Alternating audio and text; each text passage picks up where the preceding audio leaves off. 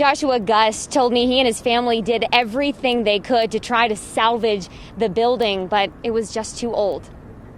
It's very quirky a history to it, so really sad to see it go. This sign is the only piece left of Wee Kirk of the Heather Wedding Chapel. Joshua Gust's parents owned it for 40 years. I remember going down there doing my homework. It's kind of a unique building. It had a basement in it. It had a bedroom in the back. It was built in 1925 and converted from a house to a wedding chapel in 1940.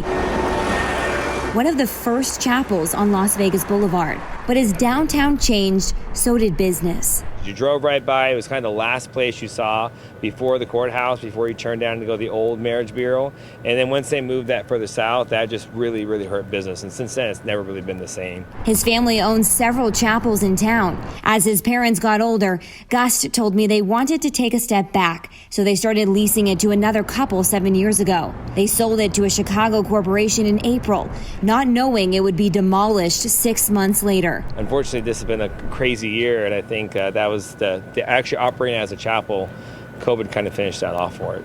Gust told me his family did everything they could to salvage the building, like other chapels they owned. With the Candlelight Wedding Chapel, when we donated that building, they were able to come jack it off the foundation and take it out to the Clark County Heritage Museum. They asked the Heritage Museum about Wee Kirk of the Heather, too. Because the original structure is made out of adobe, they said it would just crumble if they tried to move the building. The Nevada Preservation Foundation is now collecting signatures to bring to City Council on Wednesday to try to get a protective ordinance that would review historic buildings before demolition. I think it's good to have some kind of checks and balance to make sure in the city where progress comes through so fast that there's some kind of a time to take a pause and just see how we can do to preserve the buildings and preserve history.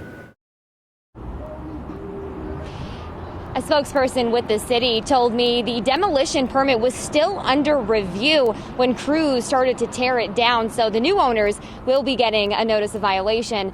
Good news, though, Gus told me he's working with the Neon Museum to preserve this sign. Reporting live, I'm Kyla Gaylor, Fox 5 News, local Las Vegas.